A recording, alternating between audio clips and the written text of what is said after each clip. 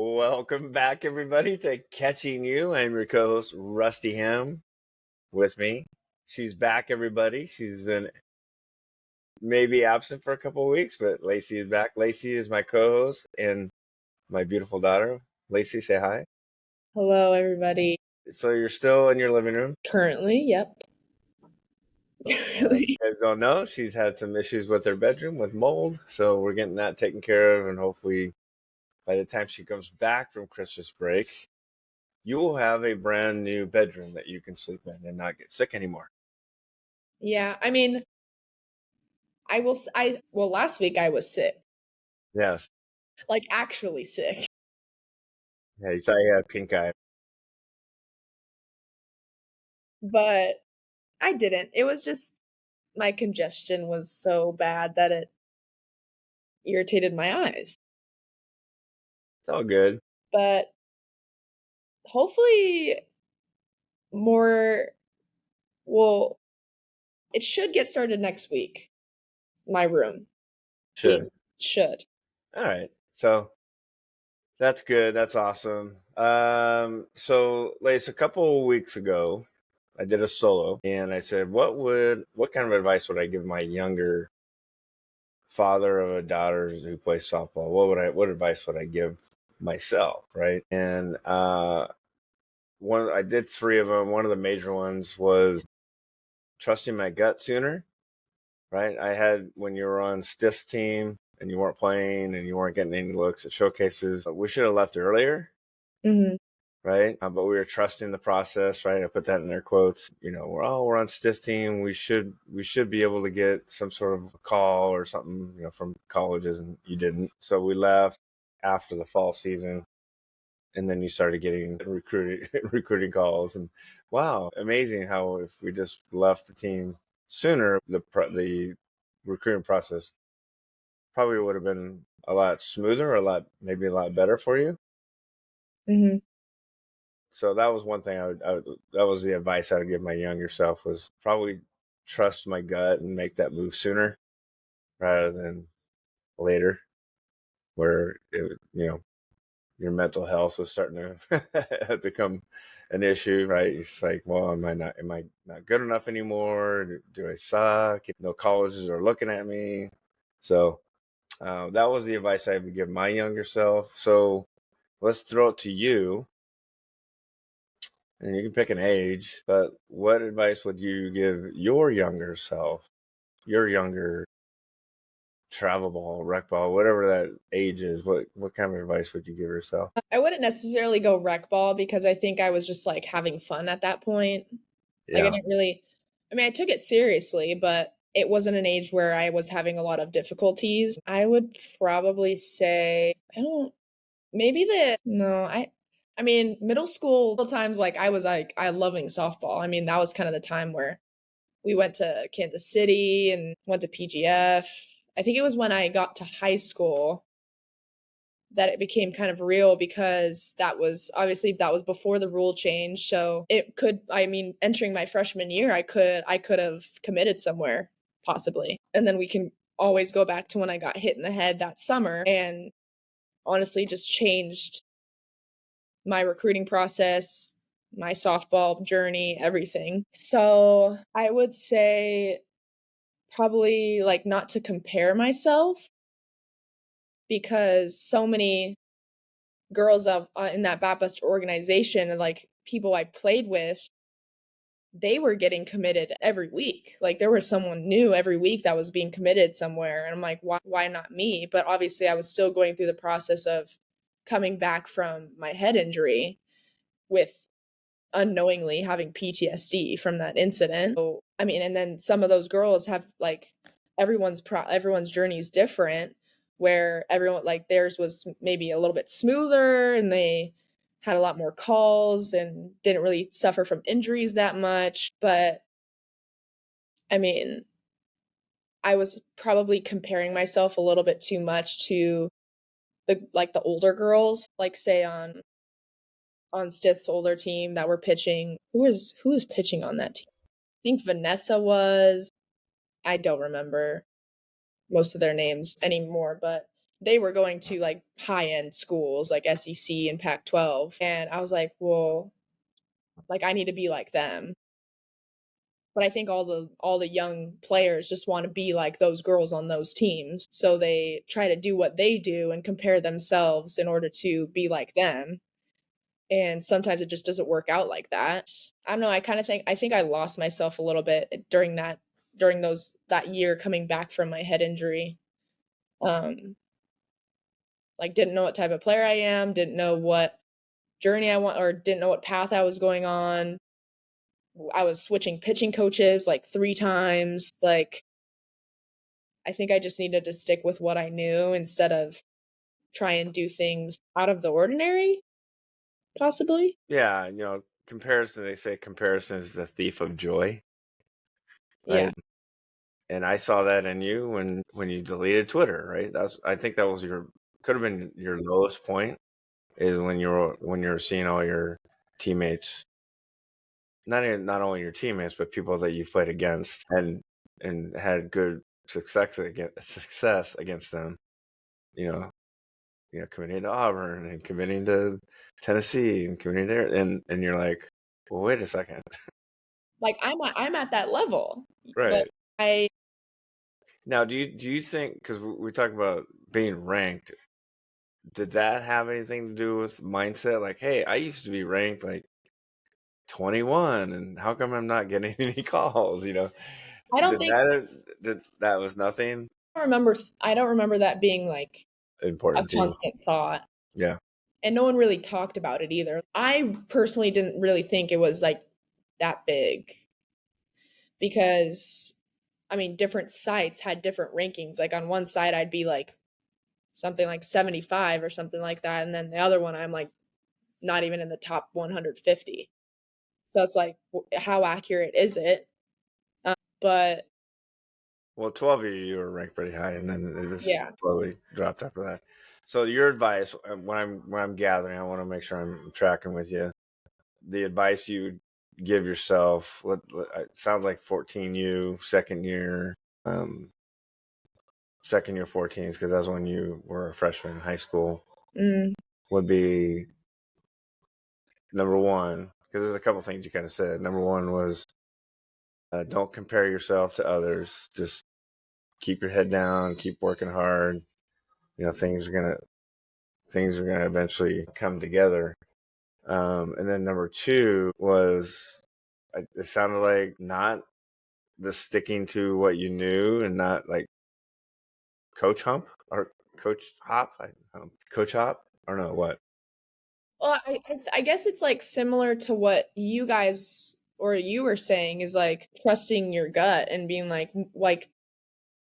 during that time, I think even before, yeah, like while we were kind of on the fence, like on that first year of Aiden's, Mm-hmm. I saw my friends who I used to play with now playing for different organizations. They Not made really, they made the switch, right? yeah, And yeah, we like and we before. were loyal, right? Hmm. We talked about that. I talked about that too.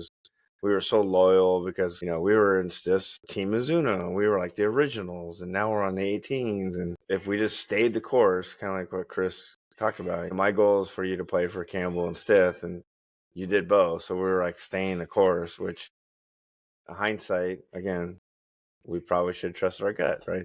And probably looked elsewhere, right? Yeah, I mean, I think even when I was on Katie's team, like I had friends that were on Mercado that were announcing their commitments. It's like, well, how are you doing that? How did you do that? But it's because the coaches were advocating for them. And like it's not all up to us. Mm-hmm. It's really not. And like there's probably some teams where, hey, good for you, like they're coming at you right when you get on that team, but for the most part, like you need someone to help you out. Yeah, because if you obviously the elite girls, the Tiara Jennings, the Britos, they don't need people to advocate for them because they're just so talented, right? That their talent and how they perform is going to attract those coaches. It's the ones that are kind of behind the scenes that need help, right? And you needed that help. You needed someone to, and it didn't have to be at the time a Power Five school, right?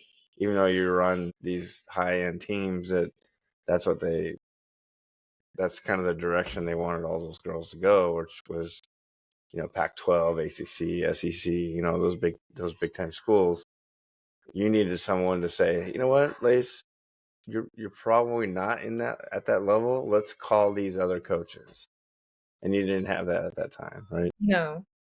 And like, I think something too, I think we've talked about it before. I mean, I think you talk about it too, is like knowing what level you're at.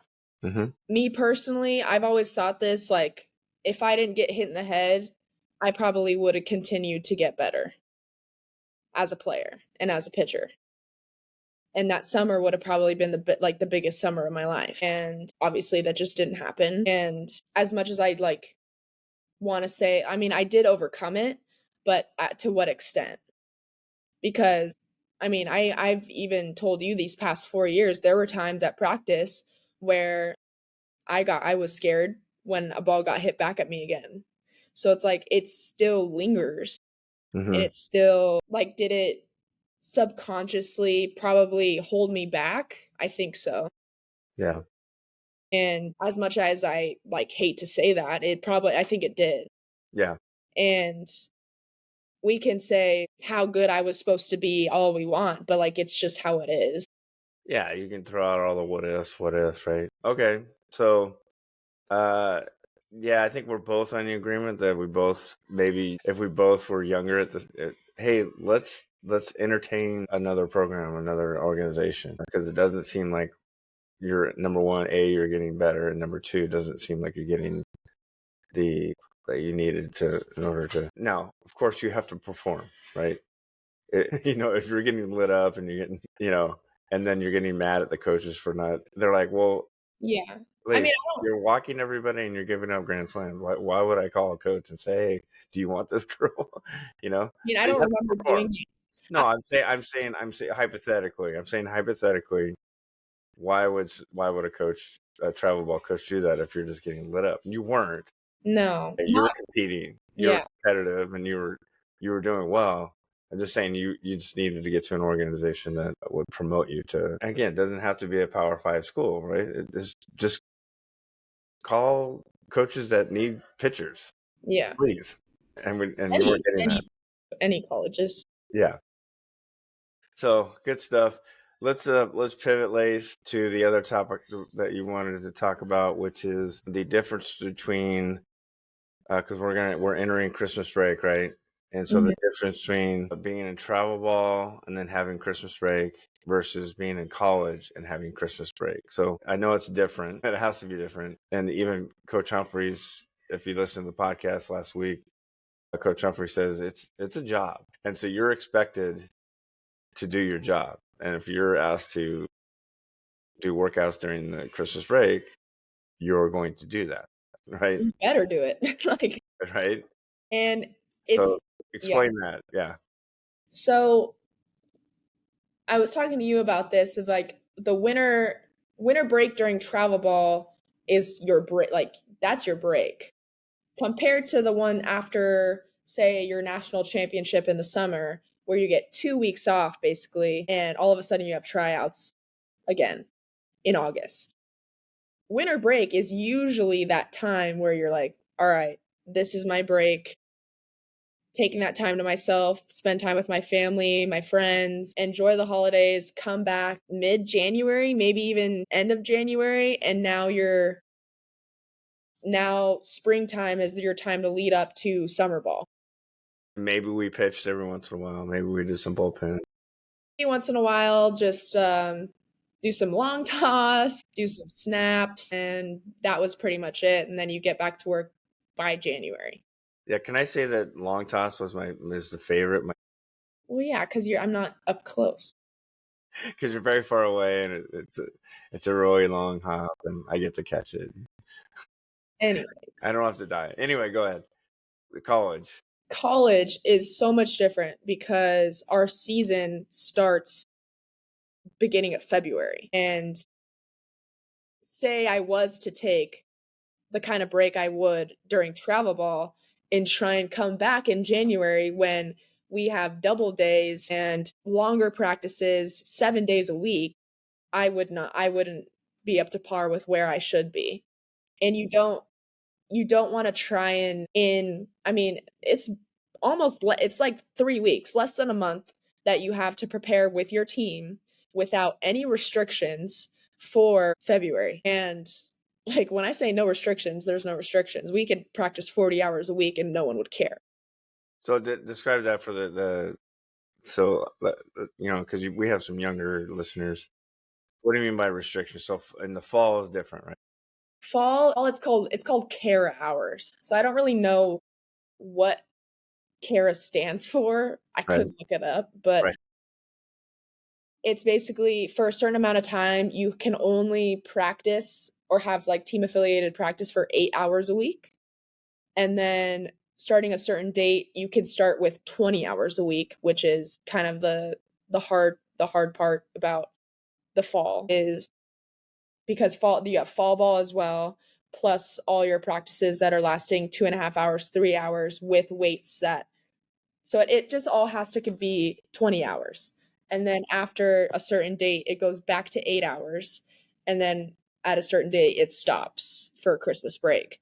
Now, we can come back January, say a team comes back January 2nd. Until that school starts for school, unlimited hours. You could practice from 8 a.m. to 8 p.m. all you want. Go ahead. NCAA doesn't really have any restrictions on that.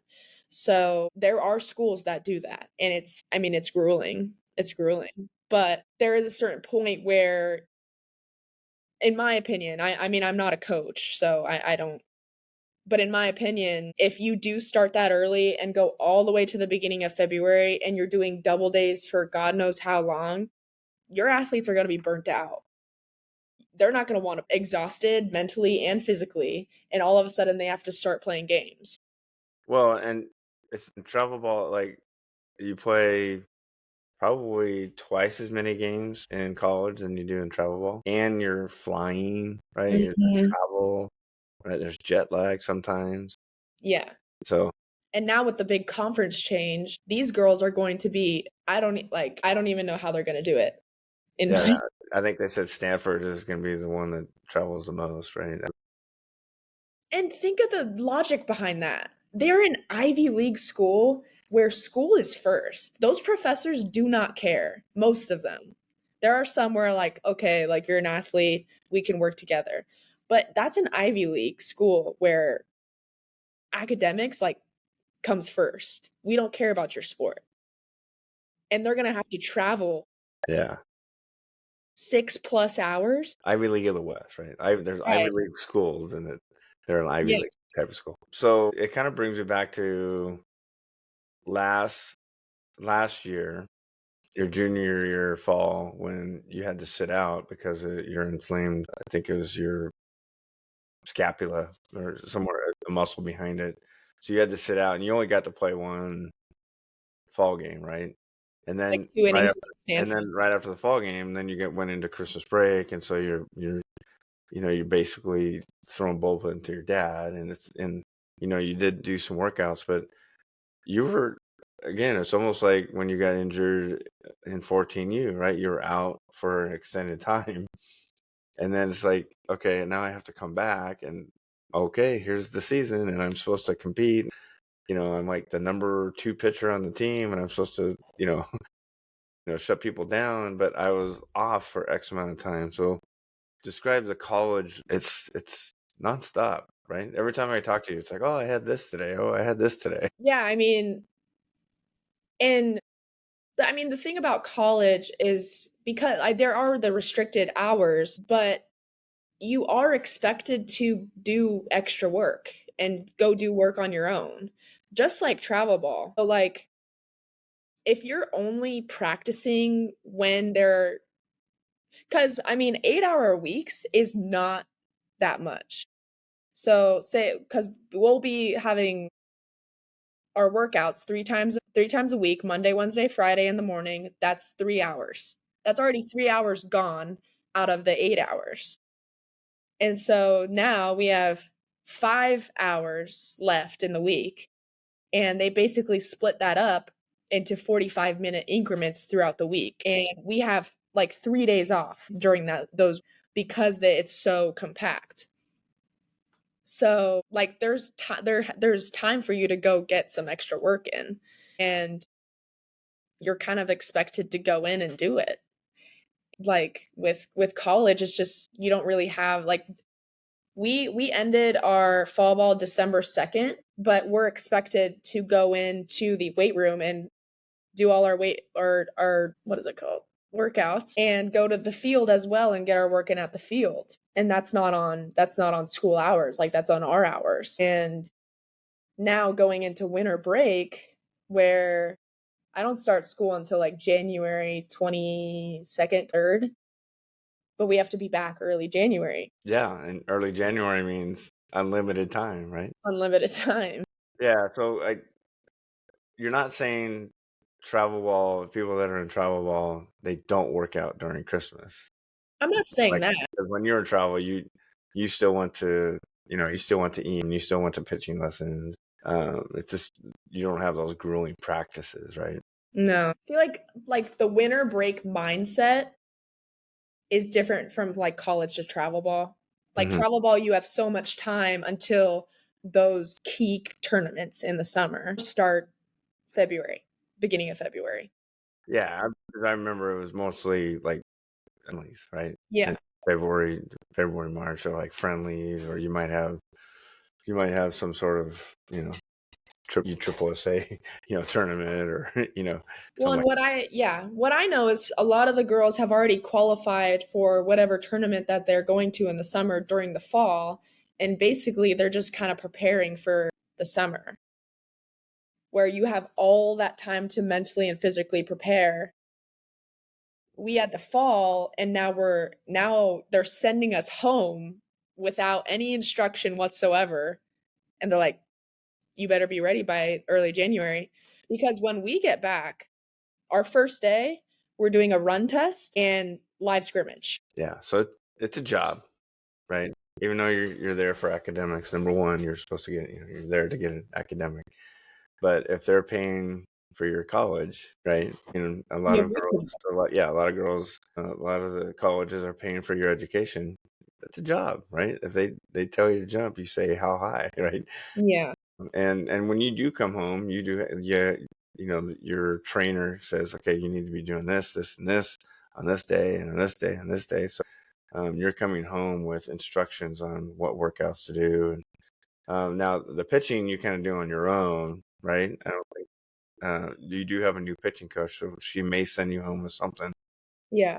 Um, it's basically just you know maybe throw in a pitching lesson here, throw it to your dad, maybe find a catcher and throw live, right? Yeah. We did get sent home with like things that we need to work on, like things that we should focus on over winter break. And then just we're expected to pitch 3 to 4 times a week. Right. So she's like, if you need bullpen ideas, like text me. But yeah, we're on our own for 2.5 weeks, which is, I mean, a good chunk of time. But yeah, it's all up to it's all up to you. All right. So you have an incoming freshman, Mhm. hypothetically. So they're coming from travel ball, you know, high school softball, maybe. You know, and then now they're coming to college softball. Give them the shock treatment. Like this is what they should expect as a Are freshman. we talking winter break or just in general? Just in general, and you have an incoming freshman. What should they expect as far as like they do those day in the life of a college softball player and like TikTok and stuff. What Yeah. what would be like the day in the life of a freshman? Day in the life. I mean, everyone's day in the life is a little. Because they're going to be in the dorms, right? So just kind of think back to your freshman year. You're in the dorms, I'd say day in the life for me, or some one of the main things I was always thinking about was like their strict rules. But in travel ball, you still have those. But in college, it's like something's different about it where you're so like, or my fear of being late, right? Like if you're late, I feel like it's just so much worse in college. I don't know why, but there's a lot of obviously you have to adhere to NCAA rules. So we have like a compliance meeting, and when you have a compliance meeting when you go in your freshman year, you're like, what is all of this? Because you represent a collegiate institution now as an athlete, and you're an employee basically, and you're under contract, all of this stuff, and there's major repercussions if that contract is broken. So travel ball, it's a little different. Like you could just leave the team and go to a different one. College, like that stuff's everywhere. You know, I don't know. Like maybe freshman year, it was more of like strict rules. Like there's a strict regimen to everything. So you had to wear the same thing. Like we had this year, since we switched to Under Armour, from Adidas, we can only wear Under Armour gear. So my first 2 years, I have tons of Adidas gear, right? And we have a meeting with our coaches. They're saying if you get caught wearing Adidas gear, money will be taken out of our budget and you will not be getting certain things. So it's like, it's stuff like that where it's like, oh gosh, okay.